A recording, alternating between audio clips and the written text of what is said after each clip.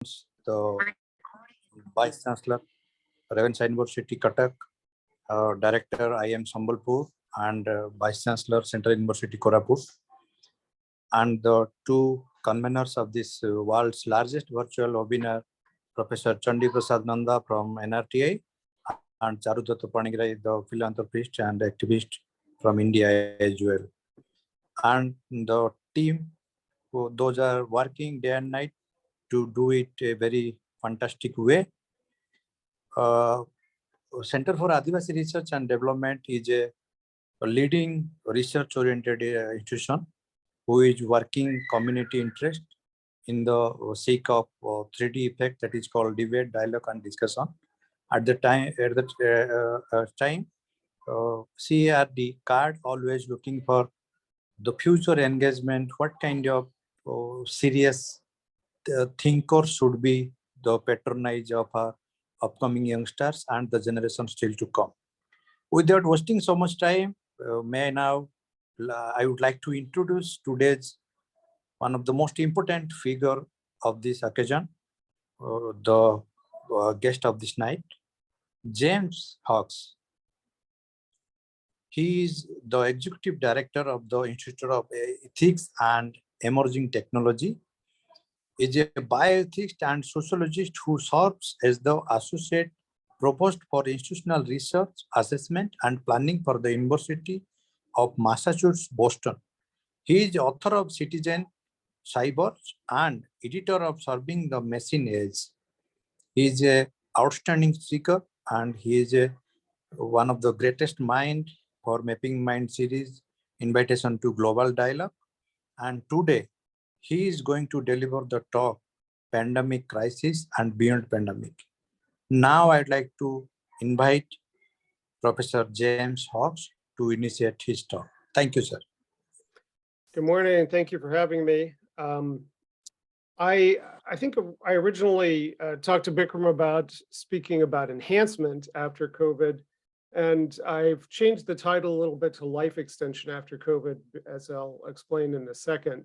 One of the things that I talk frequently about is human enhancement, which has a number of different components. One is enhancement of life, health, longevity, physical ability, and the prosthetics, gender-affirming therapies, gene therapies are things that we're already doing that are in that domain.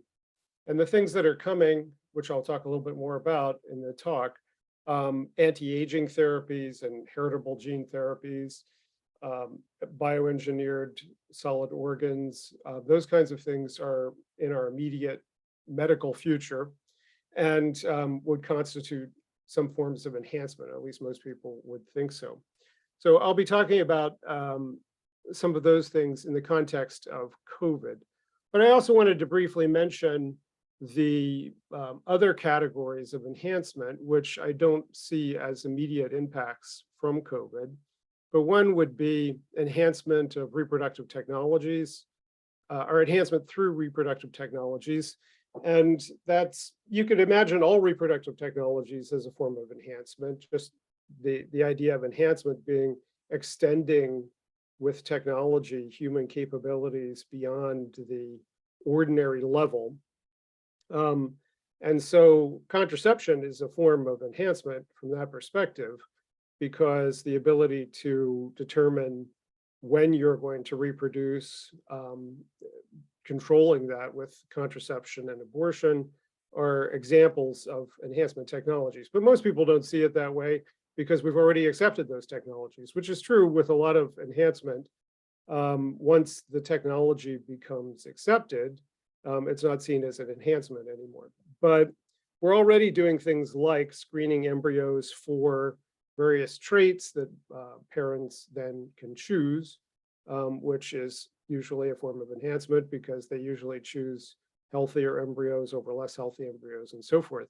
So reproductive technologies are in that category, and future things in the reproductive domain include cloning, for instance, from one or multiple parents, creating embryos out of 3 parents, with in the cases of mitochondrial disease and other cases around reproduction. But I'm not going to talk so much about reproduction.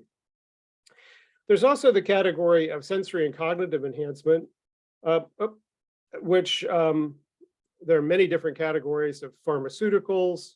There are various kinds of brain-machine interfaces, but we could imagine many of the existing psychiatric and and pharmaceutical treatments for cognitive illnesses as also having enhancement effects. So, for instance, with attention deficit drugs, it's a spectrum disorder, attention deficit, and in different countries, different percentages are treated.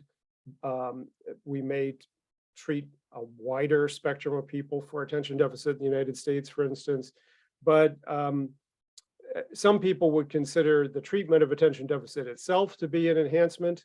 And certainly there are people who get some benefit from attention deficit who wouldn't have the diagnosis, and therefore it's an enhancement for them. So there are many cases like this in the pharmaceutical and the psychopharmaceutical regime.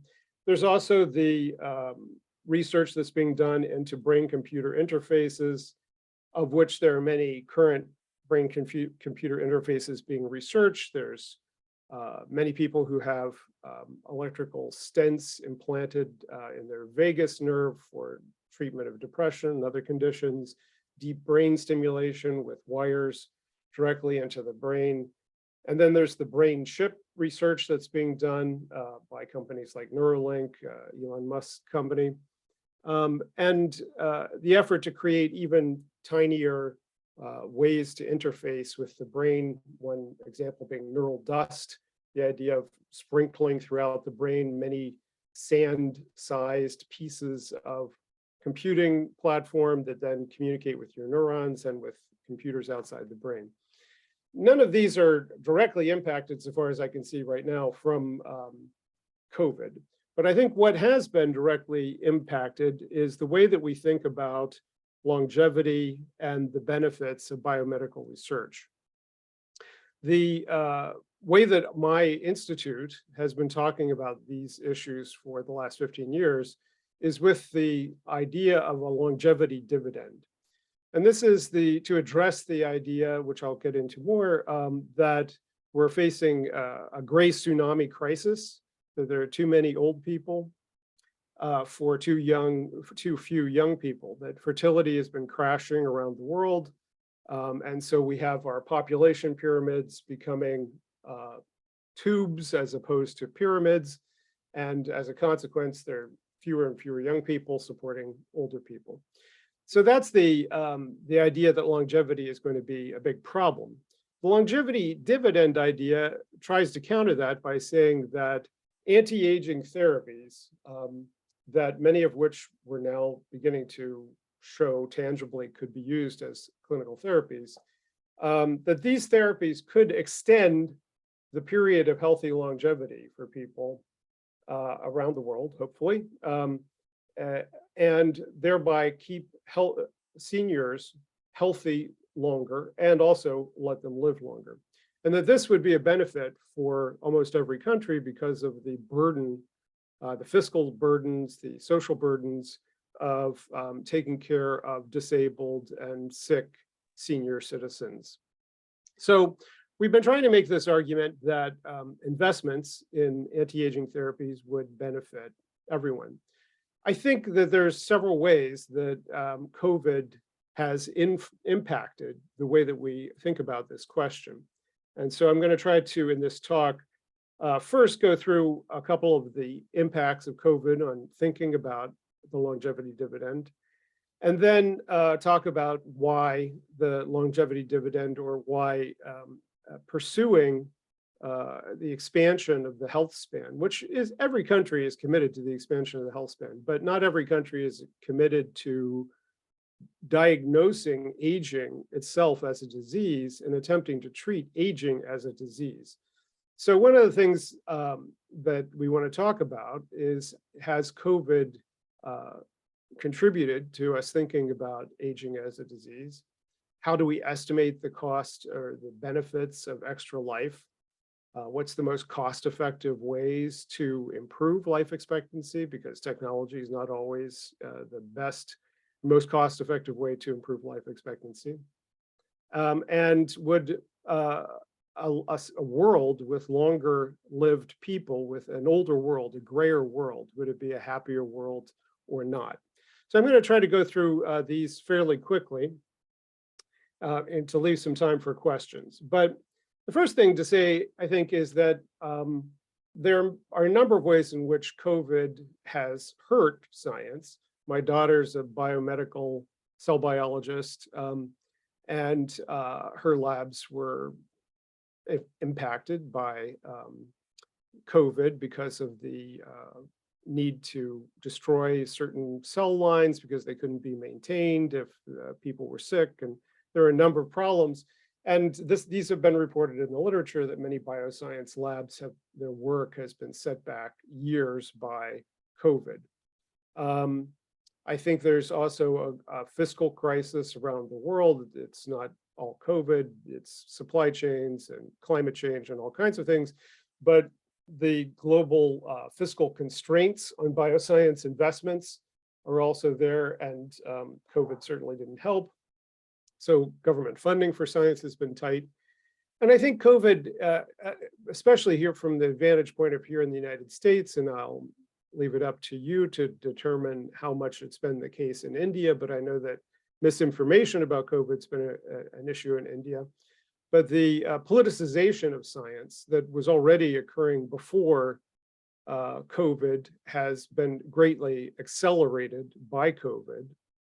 Many more, there's much greater gap between the opinions, the trust in science and scientists in at least the industrialized world, between conservatives and liberals. Liberals generally supporting science and scientists and academic research and vaccines and masking and so forth, and conservatives generally being suspicious of those things, if not advancing conspiracy theories about why one shouldn't mask or take a vaccine. So in these ways, I think COVID has not done any favors for science. But so this is the exacerbation of the political divisions. This chart on the left is from 2019, a survey of these countries looking at the difference between people on the political left and people on the political right in their trust in science. And what you see is that in Canada, in the United States, and the UK, liberals are far more trusting of science than conservatives. Germany, Spain. I wasn't able to find a similar kind of study for India, but it might be the case there. And then there are other countries in the developing world and also in Europe that don't see this kind of division. There are certainly people on the left who are suspicious of science as well, and some parts of the political right have always been supportive of science. But you see here on the right, this chart that from 2018 to 2021, this is for the United States, that the experience of COVID from 2018 to 2021 greatly exacerbated this political divide between the right and the left in terms of their trust in science. So I think there are other reasons to think that COVID will boost science.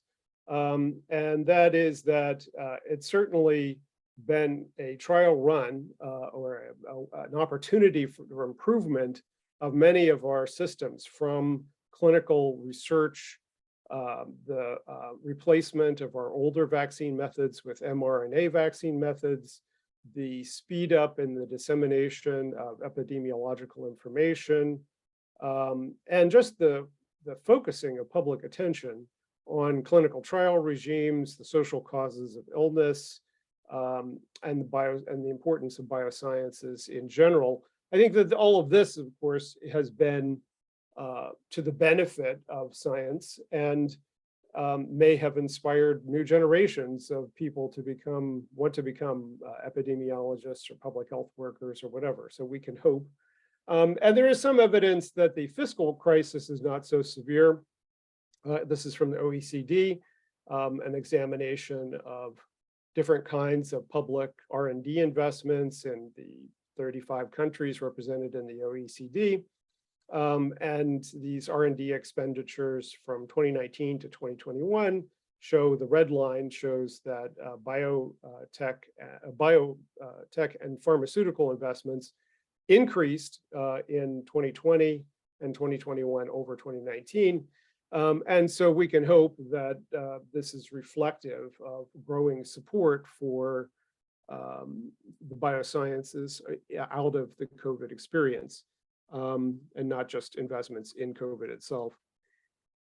So let's talk about COVID and anti-aging therapies. COVID is a disease that infects everyone, of course, but it specifically kills the elderly. You all remember from 2020 when we were first wrapping our minds around COVID, the mortality statistics that were emerging, which gave mortality risks based on age. If you're over 60, it's this amount. If you're over 70, it's this amount, 80. And the fairly negligible mortality risks for younger people. It's not true for every infectious disease. The 1918 flu disproportionately killed younger people as opposed to older people for some reason. But in the cases of COVID and for most infectious diseases, it is lethal, much more lethal for older people. So it is a disease of aging in that respect, like heart disease or diabetes or high blood pressure, which are also themselves not only age-related, but also risk factors for COVID mortality. So one of the avenues of research has been to treat COVID risk, and this will only be true for COVID because other infectious diseases will have different profiles, but it is generally true for infectious disease and disease in general, that if we can if we can have preventive medicine that reduces the burden of things like heart disease, diabetes, and high blood pressure, which also are likely to help kill you if you get COVID, then that might be considered part of the general treatment for COVID. Now, we've not had much success at treating obesity, for instance, around the world. We don't have an effective anti-obesity treatment yet, but we have drugs for diabetes, heart disease, and high blood pressure. But the argument of the longevity dividend is, rather than spending billions of dollars to treat the diseases of aging, we should divert some of that money to see if we could slow down the aging process itself and thereby reduce the risk and the incidence of diabetes, heart disease, and blood pressure, and other diseases of aging, stroke and dementia, and so forth. In the United States, for instance, we have the National Institutes of Health, and they all have dedicated programs for heart disease, for stroke and cardiovascular disease, and for blood sugar diseases. But they spend a fraction of that amount on the fundamental biological mechanisms of aging. And that's where we're making a lot of research, a lot of progress in researching potential ways to slow down the aging process itself. And then those drugs themselves could also be therapeutic or preventative for COVID, as this article from the MIT argues. So let's take a step back and look at this question of life expectancy. Life expectancy around the world has increased dramatically in the last 200 years. And the rapid progress has almost all been because of improvements in nutrition and public health, the quality of housing, the nature of work, sanitation systems, and so forth. Very little of this increase in life expectancy so far has been related to investments in biomedical therapies in medicine itself. So let's see. One of the ways to think about our increasing life expectancy is that if you increase over a course of 10 years, if you increase the life expectancy of your population 1 year in a 10-year span, then you're increasing each year by 0.1 years. And the life expectancy gains in the last century were rapid. But here, this estimate shows that in the last, well, in the 10 years from 2000 to 2011, the UK saw an annual rise in life expectancy of 0.4 months. So that's less than 1/24th of a year. And the United States saw 0.6 months and Canada 0.4 months. Now, this was before in the United States, which I'll talk about in a second, the declines of life expectancy that we've seen. And there has been a general decline in life expectancy as a consequence of COVID, which will be hopefully temporary. But if we were to get to the point that life expectancy could be increased 1 year every year. So if you went from 2020 to 2030, and the life expectancy of your country rose 10 years in that period, you would then be increasing 1 year every year. And that's what we call escape velocity. So that's the kind of holy grail for longevists or biogerontologists, is if we could eventually slow down the aging process and improve life expectancy at a population level so that life expectancy for everyone would effectively become indefinite. Because if you are increasing your life expectancy 1 year every year, you have an indefinite life expectancy. There are some British actuaries who have begun to think about how, at what point life insurance would become meaningless if we were to hit escape velocity. Now, as I said, we're pretty far from escape velocity. We're 1/24th of escape velocity, according to this study. But rapid advances in biomedical technology could change that picture. This is the Indian life expectancy, which of course, hugely dramatic from 1920 to 2020, an increase of roughly 45 years of life expectancy, and that equates to 0.45 years per year.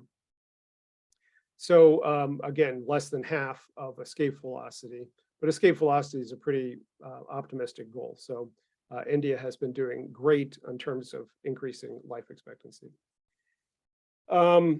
Deaths of despair, I mentioned, this is specifically in the United States, although we also see it emerging in England. You could say this is the neoliberal disease that you see, especially for non-college educated whites in the United States, but non-college educated people in general.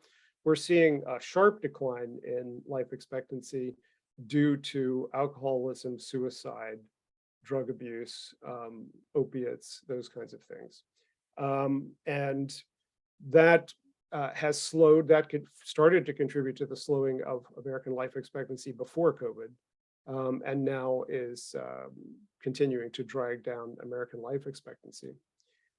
So I think that shows the deaths of despair issue shows the importance of the social causes of illness, that you can do as much as you want at making anti-diabetes drugs available to people. But if they have no motivation, if they've lost hope, basically, in their society and their life, it's very difficult to get people to make the kinds of behavioral changes that you want them to make, or for the therapeutics to be equally effective. Now, another thing that I think that COVID has focused our attention on, which is extremely important for the advancement of anti-aging therapies in general, is, well, for the second part of this is what COVID has focused our attention on, the clinical trial pathway. But first, let me talk about the therapy versus enhancement distinction, because we do need to, as we move into the 21st century, we need to increasingly change our regulatory systems to take account of the fact that we have a kind of flawed or difficult model for determining what should be examined as a clinical therapy. At least in the United States, I'm not as familiar with India's clinical regulatory system, but in the United States and Europe, in order to test the efficacy of a therapy, you have to say it's for this particular disease, not for a bunch of different diseases, and not for some long-term goal like improving the quality of a person's health or longevity. And as a consequence, it's very difficult, and it has to be considered a disease. So if you say to someone, I want to make ordinary people smarter, that's not considered the treatment of a disease. You can have a disease of mild cognitive impairment, which almost all seniors have. I'm 61, so probably I have some mild cognitive impairment. And for the treatment of mild cognitive impairment, you could then prescribe in the United States Provigil, a drug which increases alertness, or attention deficit drugs, or other kinds of therapies. But you have to have a diagnosis and a disease to even get the drug tested by the clinical trial regime.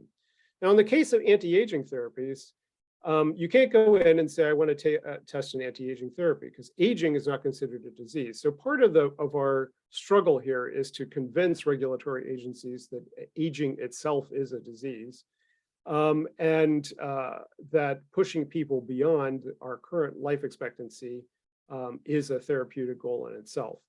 But that also raises the problem that you can't do clinical trials. If you wanted to do clinical trials in healthy 50-year-olds and see how much it made them live longer, and they're going to live into their 90s, you can't do a 40-year clinical trial. So we also have to come up with what's called biomarkers of aging, and we have to convince regulatory agencies and the public that measuring a particular protein or a set of gene transformations in the body represents the aging process adequately, so that in a 5-year clinical trial, you could demonstrate, I gave them this drug and the aging process in their body slowed down, even if they haven't, if none of them have died yet. So those are two of the big issues in the clinical regulatory pathways for anti-aging. And at least in the clinical trial pathway, I think the COVID experience has given a lot of people a lot of attention. Unfortunately, not always educational attention, sometimes just conspiracy attention to the clinical trial pathway, and the innovation, how drugs get from basic science to translational medicine and into people's bodies. And so I'm looking forward to seeing more in the clinical trial innovations in the future, things like animal hybrid models. So if you want to, most of our medical research is done with mice or similar smaller mammals. And it turns out that sometimes something works in a mouse and it doesn't work in a human being. But the more you can make a mouse's body like a human being's, or a pig's, or whatever research animal you're using through genetic therapy, these are called hybrid animals, the more translational, the more likely it is that something that you demonstrate in that animal will be useful for human beings. So that's one avenue of improving clinical trial pathways. Another is improving our in silico models, or that is our computer models of the body, so that you can, and this is already being used for drug discovery, for instance, saying to a large complex database about how drugs work in the body and what drugs do, give me a drug that does X, and then the computer figures out which drugs will do that, and then you can start using those instead of testing all possible drugs. So these kinds of computer models are already fairly effective. And also open observational trials, I think, is important. In other words, instead of doing small clinical trials with very tightly controlled populations, allowing larger populations to have access to experimental substances and monitoring them very closely, so that you have this wide variety of dosages and conditions and life backgrounds and degrees of severity of illness that these people are experiencing. And then you can statistically come to interesting conclusions from that. And I think there's a number of reasons to argue for observational trials as instead of randomized clinical trials, but it's not central to this essay or to this talk, so I won't go into too much detail. Okay. Another question that I think COVID has raised for us is how we think about the value of different kinds of life. And this was at least in 2020, very central to the dialogue around closures of businesses and schools and the economic costs of quarantines and who should be targeted for treatment, whether senior citizens should be the only people to receive vaccines and so forth. So this question of trade-offs of between economic growth and protecting people's lives from COVID raises the question of, well, how do you measure that trade-off? What are the economic benefits of a life, and how much are we willing to spend to save people's lives? How much of a burden, an economic burden, are we willing to accept? Xi Jinping obviously has come to a conclusion about that because the Chinese economy is hurting badly now for a number of reasons, but one of those is the zero COVID policy that he's been pursuing, and most of the world has not gone anywhere near that kind of severity of attempting to do things. At the other extreme, there are countries like Sweden, which attempted to not control COVID actively very much, and turned out economically and in terms of public health, not so great public health. Their death rate's higher than most of the rest of Europe. But economically, some people have argued that the Swedish model was successful. But at any rate, this has been a part of the conversation of how much is it worth to increase these kinds of COVID protections and these disease protections. Part of that question is also then which kinds, in general for life extension, which kinds of investments, if we were to make them as a society, as a public health budget, which kinds of investments would have the biggest bang for improving longevity. And as I said, I think there's a very strong case in the developing world and still in the developed world for behavioral, social, cultural, economic ways of improving public health that would that have a demonstrable effect on life expectancy. So I'm not proposing here a simple techno fix, but we will have these anti-aging technologies fairly soon. And so this comparative research to figure out, and as this chart attempts to do, to figure out which kinds of anti-aging therapies have some evidence behind them, which might even qualify for clinical trial validation and distribution through a national health system.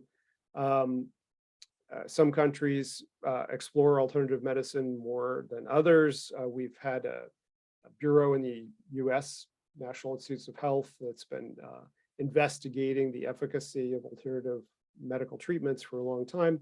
But most of what we're talking about in terms of anti-aging is not alternative medicine, because as soon as you prove that something works, it's not alternative medicine anymore, it's just medicine. But in the case of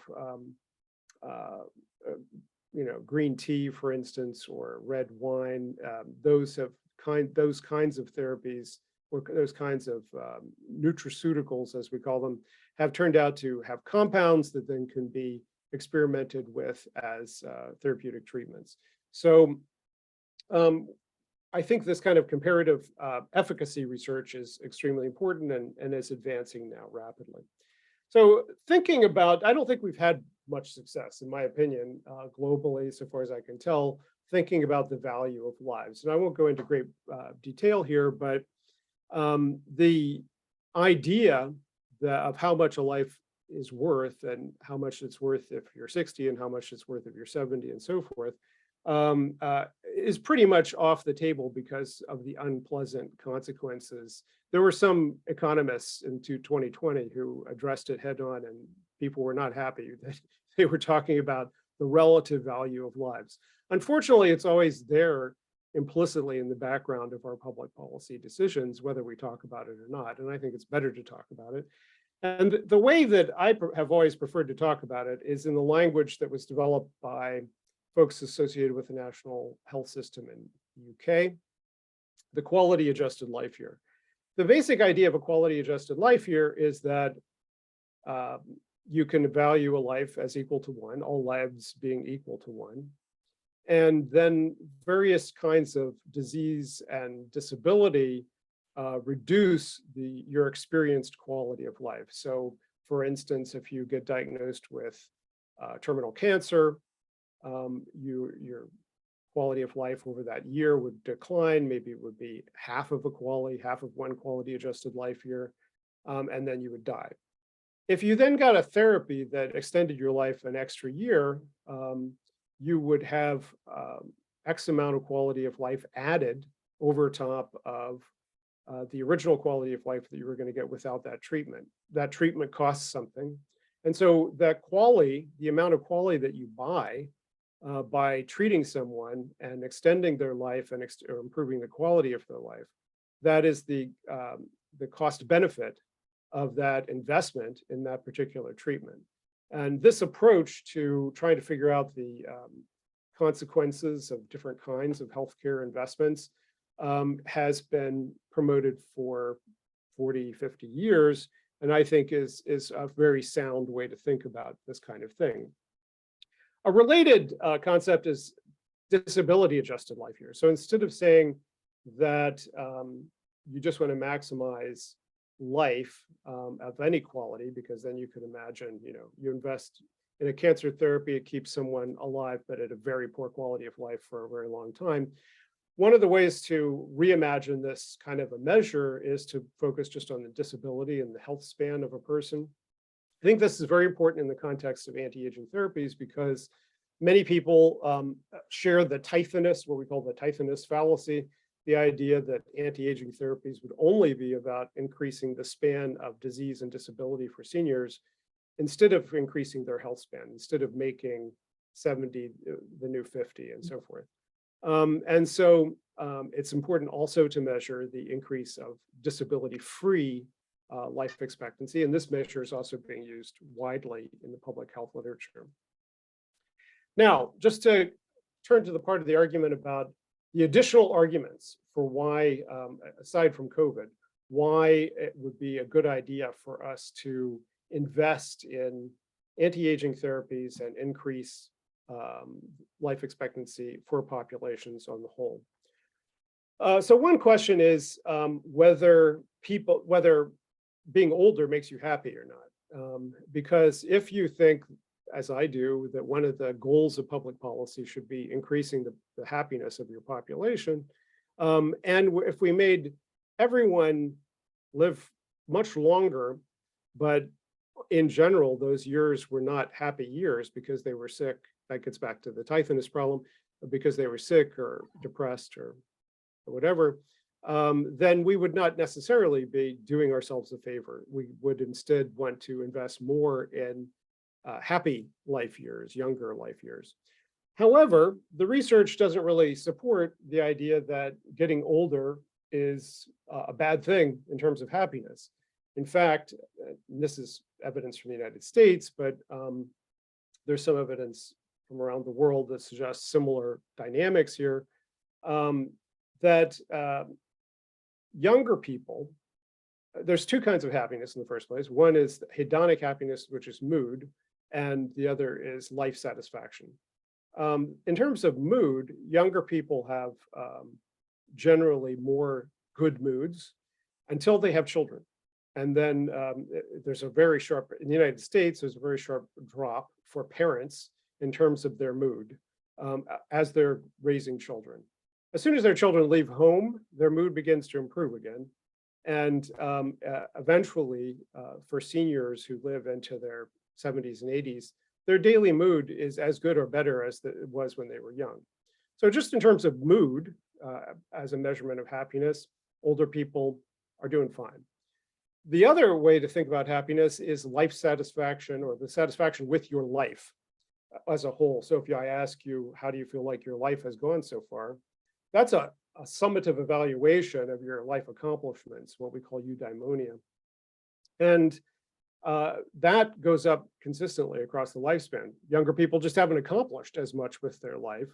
And so older people generally although they don't accomplish all the things that they hoped they would, by the time they get to 60 and 70, they have generally accepted that they're not going to accomplish the things that they haven't accomplished, and that what they've accomplished is just fine. And so in general, older people are also happier with their life overall. Now, another aspect of this is that if you look at it at the population level, in general, countries that have longer longevity, and we don't have, there's only 180 countries to play with here, so the numbers can be played with in a number of ways, but in general, there's a correlation between longevity, equality, wealth, happiness, and so forth in the literature. Now, one interesting exception to that picture is Eastern Europe. The Eastern European countries, as you can see here, tend to have relatively high life expectancy, but they all seem to be relatively miserable. And this was from, a while back, but it doesn't seem to be terribly different today. So Eastern Europeans aside, in general in the world, there is a correlation between living longer and being happier. And so we can at least use that as an argument to say, there's no necessary reason to think that older countries or grayer countries would be less happy. Now, one of the aspects of public policy, and again, this is quite relevant to COVID because COVID has made us talk a lot about vaccine equity, about the obligations of wealthy countries to share vaccines or pharmaceutical companies to share vaccines with the developing world. We went through a similar set of arguments around HIV antiretroviral treatments. The arguments that the costs of those treatments were too high, and that India and South Africa and Brazil would just start making those drugs under the international humanitarian exception to patent law. We never got to that point with the COVID situation, although we could imagine that. But there was certainly pressure on and a lot of attention to the Gates Foundation and others and their arguments that the patents on COVID treatments and COVID vaccines should be protected in the context of this global crisis. So that's part of the equity question. The other part of the equity question is who gets it and how fast in your society. Most industrialized countries have universal healthcare systems that take care of these things fairly equitably. The United States does not, although for the case of COVID vaccines, we rolled it out as a national program, and so it was equitable in the case of the United States. But their international equity has been a huge problem. Let's talk then about anti-aging therapies, because one of the concerns that whenever we talk to people about anti-aging therapies or enhancements of those sort, one of their concerns is that it's not going to be equitably shared. It's only going to be for wealthy people. And so ensuring that that's not the case and having a pathway for these therapies to go through clinical trial regimes and eventually end up in everybody's body, everybody who wants it at any rate, and in the case of vaccines, perhaps even if they don't want it, that having that equitable process in place is extremely important. So this is a survey from the United States asking about radical life extension, and 80% of Americans think everyone should be able to get the treatments. Good. And also 66% think only the wealthy will have access to the treatment. So right there, we have a problem. Most people think you should be able to have access to an anti-aging treatment. And most people think in the United States that only the wealthy will have access to that treatment. And so we need to really have a public policy that if we're going to be doing this kind of investment and to fundamentally change the aging process, we need to have investments. We need to also have a policy regime that assures people that this is worthwhile and will benefit them and not just the wealthy. I don't think that's going to be as much of a problem in India, but it's certainly a problem in the United States. And as I said, longevity also has social costs. So alongside the equity agenda is the general equity agenda, which is to argue that making your societies more equitable, the distribution of wealth more equal, that this would contribute to life expectancy as well. Now I'm coming in for a close here, but I do want to mention the old age dependency ratio. The old age dependency ratio is this population pyramid issue that I was mentioning earlier.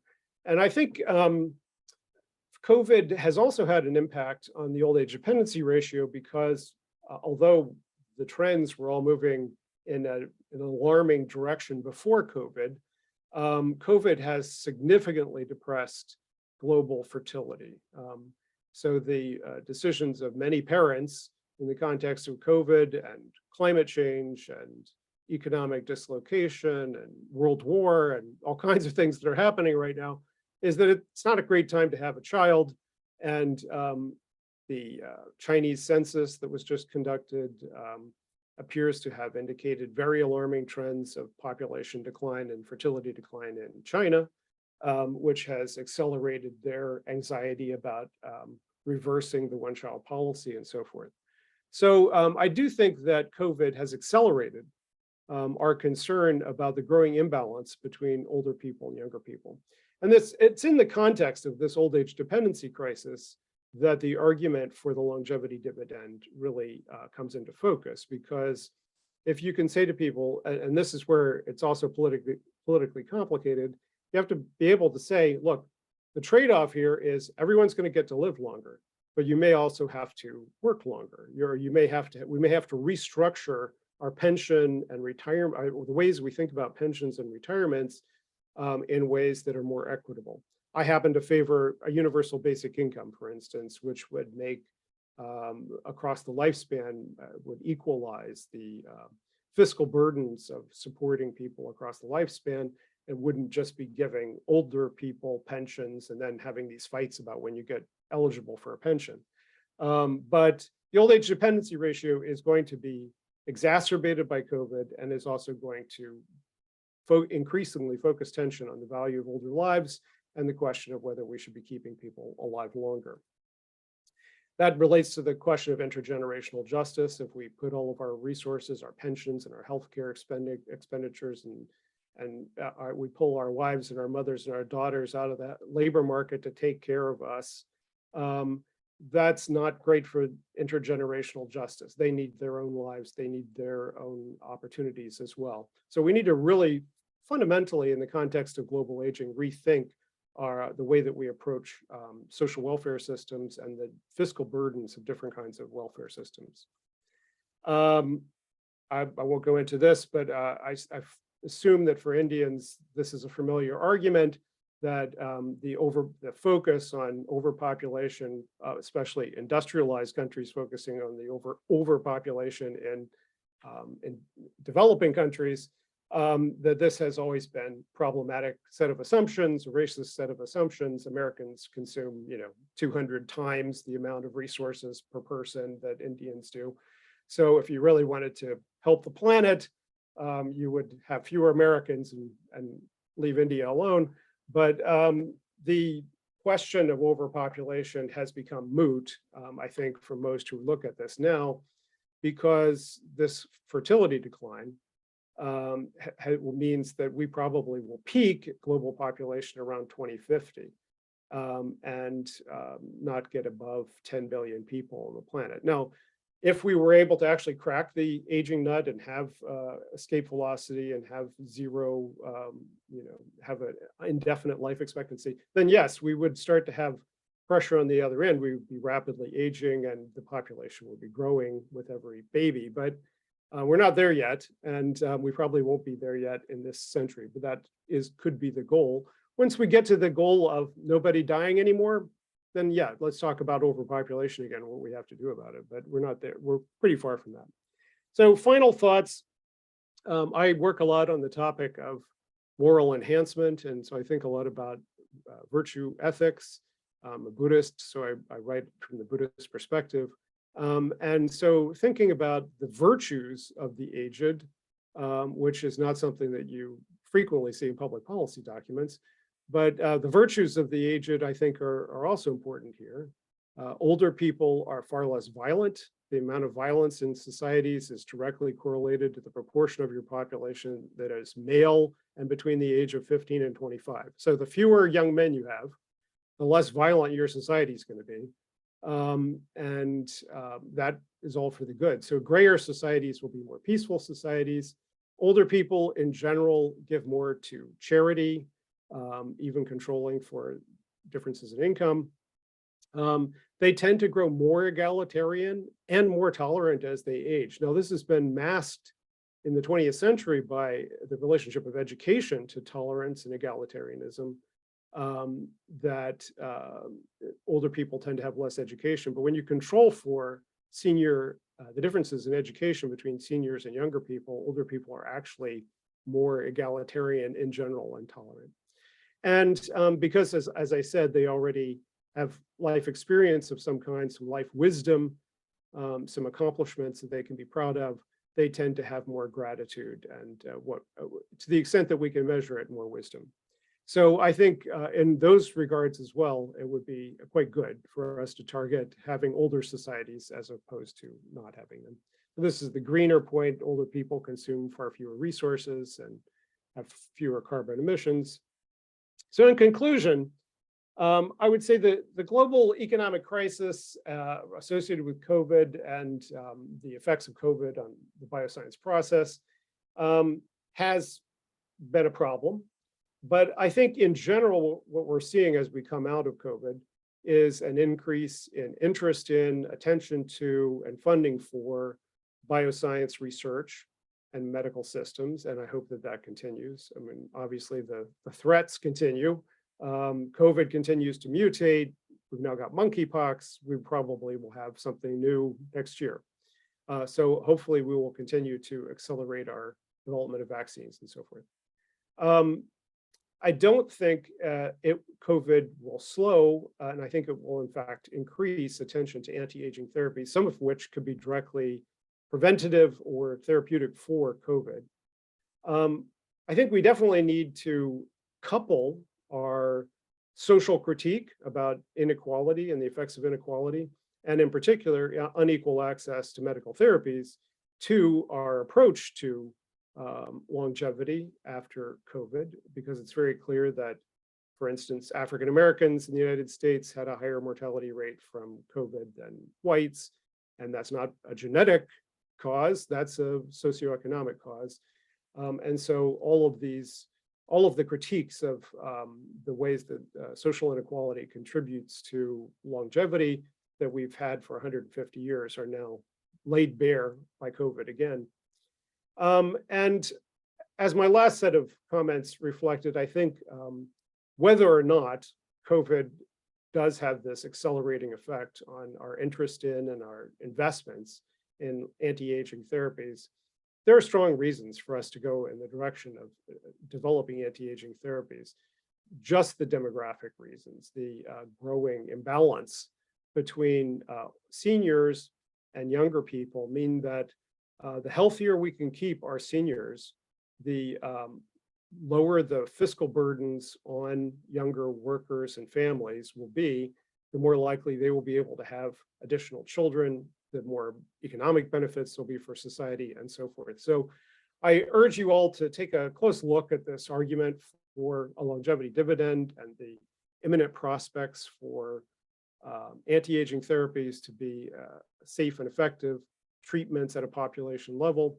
And I'm going to stop there and open it for questions. Thank you so much, sir, for very wonderful, insightful, and meaningful deliberation. You are likely to say about the journey from virus to vaccination and throughout worldwide pandemic, how cover the people's life in a large holistic perspective, from the gender perspective and age group, from biosciences, and how hot science the entire pandemic journey and the crisis world we would like to witness of this particular generation for the new kind of crisis what the entire world facing today. You rightly mentioned about the USA, the public policy, how hampered, and the UK, the developed nations journey towards how they treated the particular crisis of this pandemic, and particular the COVID crisis in 2020 and 2021 as well. And also you mentioned very nicely about the US policy, how much they prepare about the facing of crisis even more today. And lastly, you very nicely orated about the Indian crisis and the Indian crowd, how crowd becoming the crisis and the pandemic in terms of the age saver of sex ratio, and the industrial countries how facing deliberately crisis about the labor problem, and you rightly addressing the labor issues particular. Thank you so much, sir.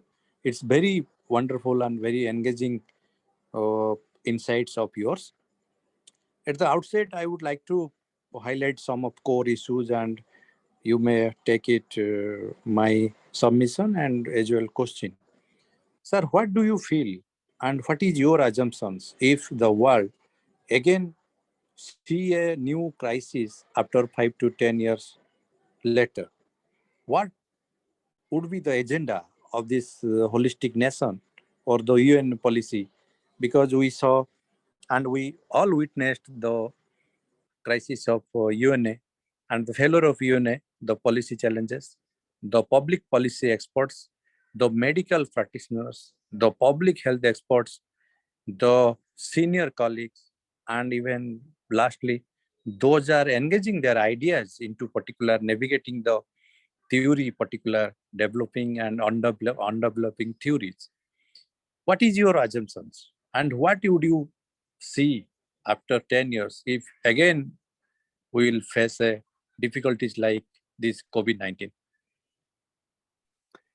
Well,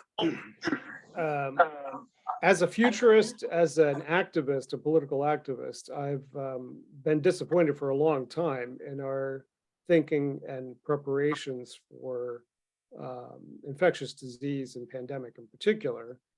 I remember in 1992, I read The Coming Plague by an American Pulitzer Prize winning journalist. She wrote an enormous book called The Coming Plague about all of the different infectious disease risks, their likelihood, and the role of zoonotic disease origins in the context of a world that's reducing the size of nature. So I taught courses on infectious disease policy and public health policy.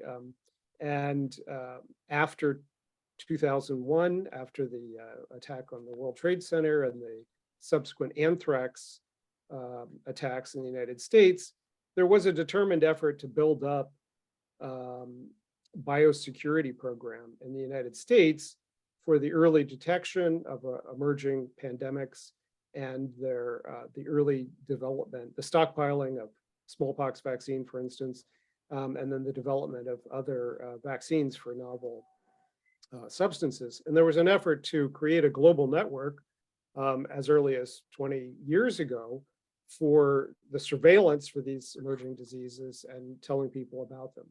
However, when we got to COVID, it seemed like none of that had much of an effect.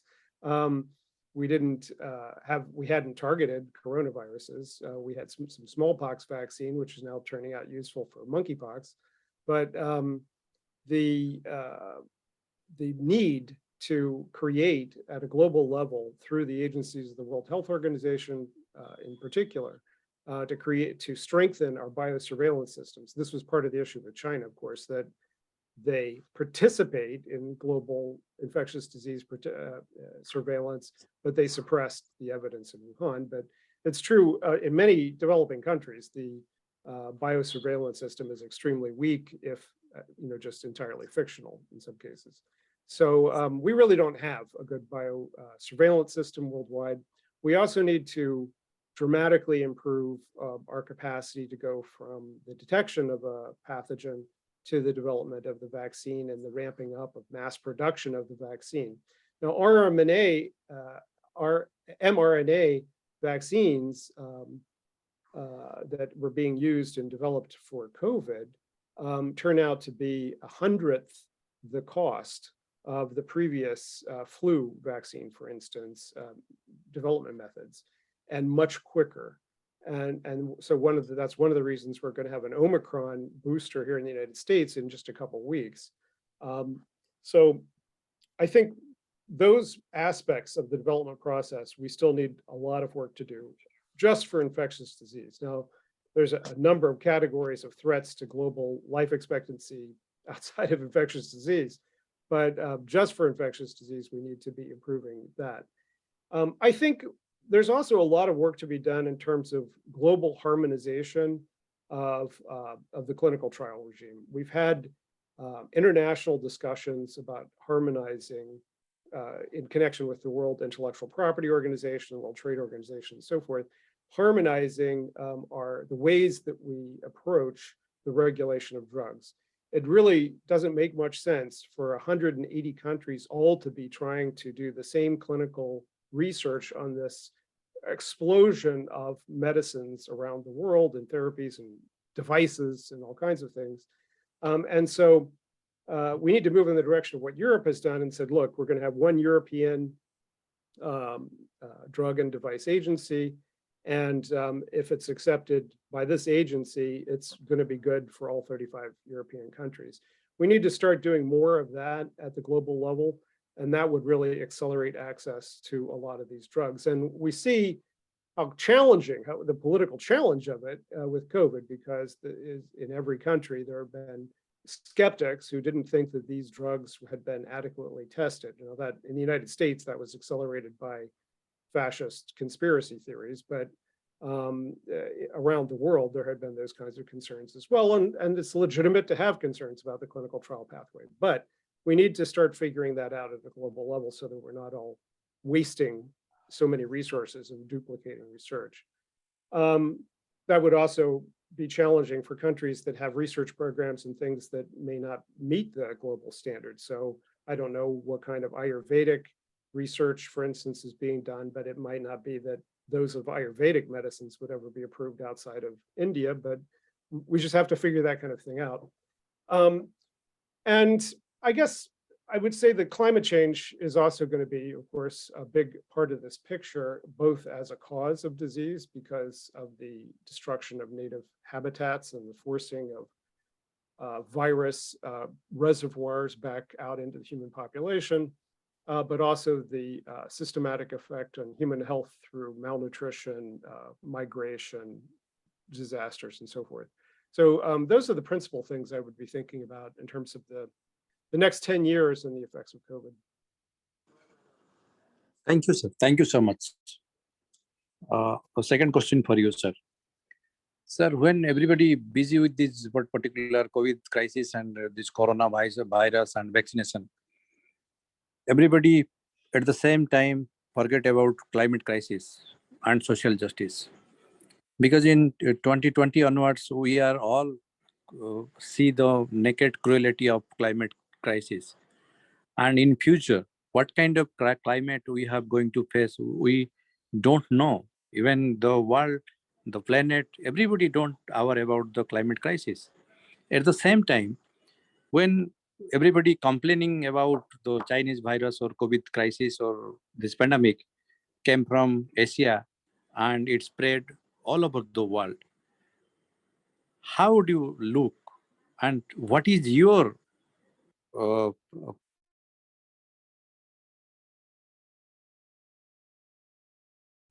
you still there, Bikram? about the continent particular? You're cutting in and out, Bikram.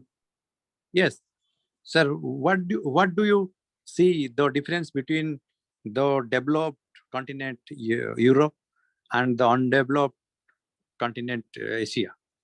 How do you look and how do you differentiate between these two continents related to fight against COVID crisis? Well, most of your question was about climate, so let me start there. I used to edit a journal called the Eco-Socialist Review. I still consider myself an eco-socialist in this, and by that I mean that I think the structure of capitalism is bound up with the climate crisis. I don't think that capitalism is the cause of the climate crisis in the way that many think. Capitalism greatly expanded the way that we exploit nature, but we were exploiting nature when we were hunter-gatherers as well, and destroying many species and changing the ecosystem and so forth. But capitalism greatly expanded it, and it makes it a lot harder to fix because the enormous profits that are made by petrostates. So Russia is a petrostate, using its petrostate powers to become an fascist imperialist power. Saudi Arabia and the Gulf states are petrostates. Venezuela is a petrostate. Iran's a petrostate. So petrostates have not done well, and the petro powers that aren't states, Exxon, Mobil, and so forth, have not had a beneficial effect on most of our politics. They have suppressed our attention to climate change. They've offered many false solutions to climate change and generally stymied our ability to meet sustainability goals. So I'm a eco-socialist in the sense that I think we need to couple our projects and our political movements for social equality and the control of corporate power and the power of billionaires with our attempt to control the climate crisis. The global commitments are far too inadequate. The global investments in a green energy transition far too inadequate at this point. And that's largely because of the power of the petrodollars on the global stage. Now, the other aspect, of course, of the global stage in terms of the climate crisis is the equity of climate goals for the North and the South. And I'm deeply sympathetic. I worked for 2 years in Sri Lanka as a development worker, so I have some background in development economics as well. And I'm deeply sympathetic to the argument that it's unjust for the North, which has already consumed a lot of the global carbon and emitted a lot of the global carbon and is emitting a lot more global carbon per person than most people in the developing world, that it's unjust for the North to insist on exactly the same climate targets for countries like India and China. Of course, China is building a lot of coal plants, and that is going to be a problem, and we need to figure out how to encourage countries like China to not consume as much carbon. I also think nuclear power is a strong part of the solution. I used to be strongly anti-nuclear, but I think on balance, the evidence is strongly in favor of nuclear as a source or a component of our overall energy picture. But at any rate, so has nothing to do with COVID so far, but in terms of the North-South equity issue for COVID, as I mentioned, vaccine equity is, I think, extremely important, and figuring out how we can have a true global health policy that requires something from each country. I mean, the Chinese example shows that having the kind of biosurveillance, or in the case of vaccine hesitancy in many countries, vaccine conspiracy theories, having the kind of vaccine programs that you need is often very politically difficult. So I think there's issues in the developing world that have to be addressed as well, but we certainly need to have a stronger commitment to vaccine equity globally.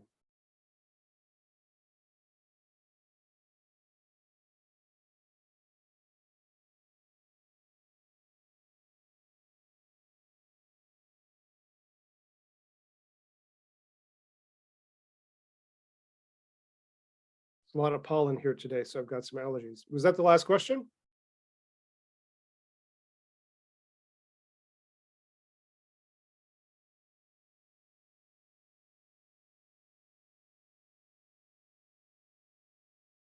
Hello?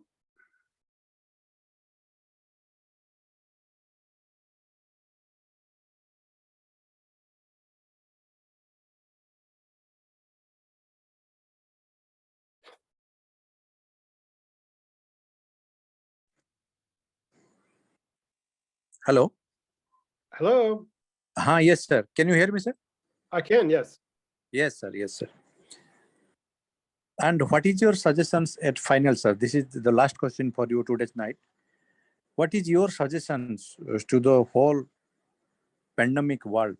Those are facing lot of trouble, in particular from lower income group communities and the tribal communities in particular. Those are living in rural side, very poor background, and even those are even not well aware about what is pandemic means and what kind of virus spread across the global order. And what is your suggestion to improvise the public policy theory in terms of the international organizations? Many international organizations, they are rapid firely organizing meetings and conducting so much important meetings day and night, but their outcome is zero. They don't save anybody's life because they don't have any single window kind of public policy presence here. What is your suggestions to the great intelligent mind of the globe, sir? Well, as I said, I believe in the importance of transnational governance going forward. I think we need to strengthen our institutions of transnational governance and the political legitimacy of them.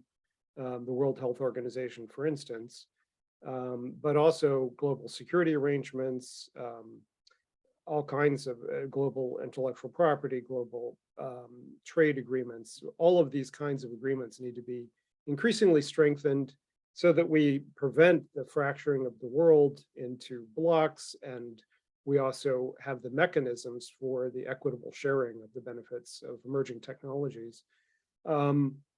So I think there is a political prior here, and India is, of course, central in terms of not only South Asia, but in terms of that global process as it was with the non-aligned movement and so forth.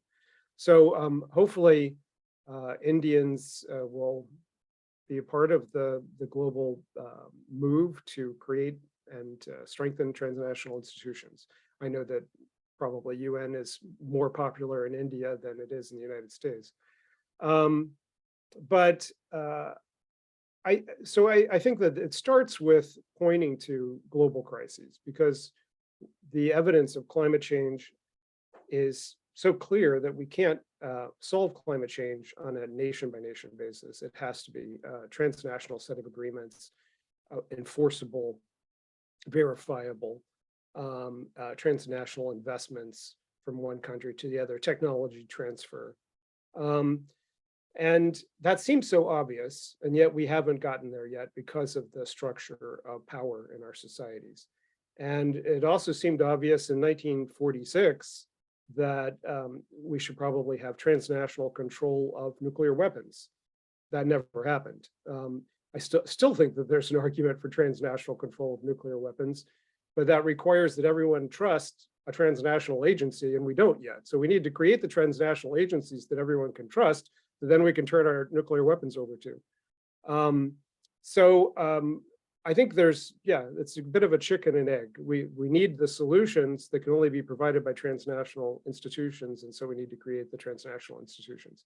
Now, in the United States, as in many countries, we've gone in the opposite direction with neo-nationalism, or what I call fascism. And so I would connect that to this, that as I showed at the beginning, conservative actors around the world, traditionalists around the world, have become increasingly suspicious of science and biosciences and COVID therapies and so forth. And the global rise of neo-fascism, of far-right traditional conservatism, nativism, anti-Muslim bias, etc., has contributed to the decline of trust in all political institutions as well as transnational political institutions. So I think the fight against the traditionalist or neo-fascist right globally is a part of the fight for good public health. And I'm sorry to end on that negative and slightly depressing note, but it's all connected. So good luck with that. Thank you, sir. Thank you so much. And you given answer so nicely, sir. And every question has a very brief answer. Thank you so much. My And pleasure. looking forward for future engagement, sir. Thank you so much. I will end here and invite Rudran and Dash to go for a formal vote of thanks. And good night to everybody, and very good morning to USA, and good afternoon to UK. Thank you. Thank you so much, sir. Thank you again for the invitation. Thank you so much, Dr. Jena. And thank you so much, Professor James, for your wonderful deliberation.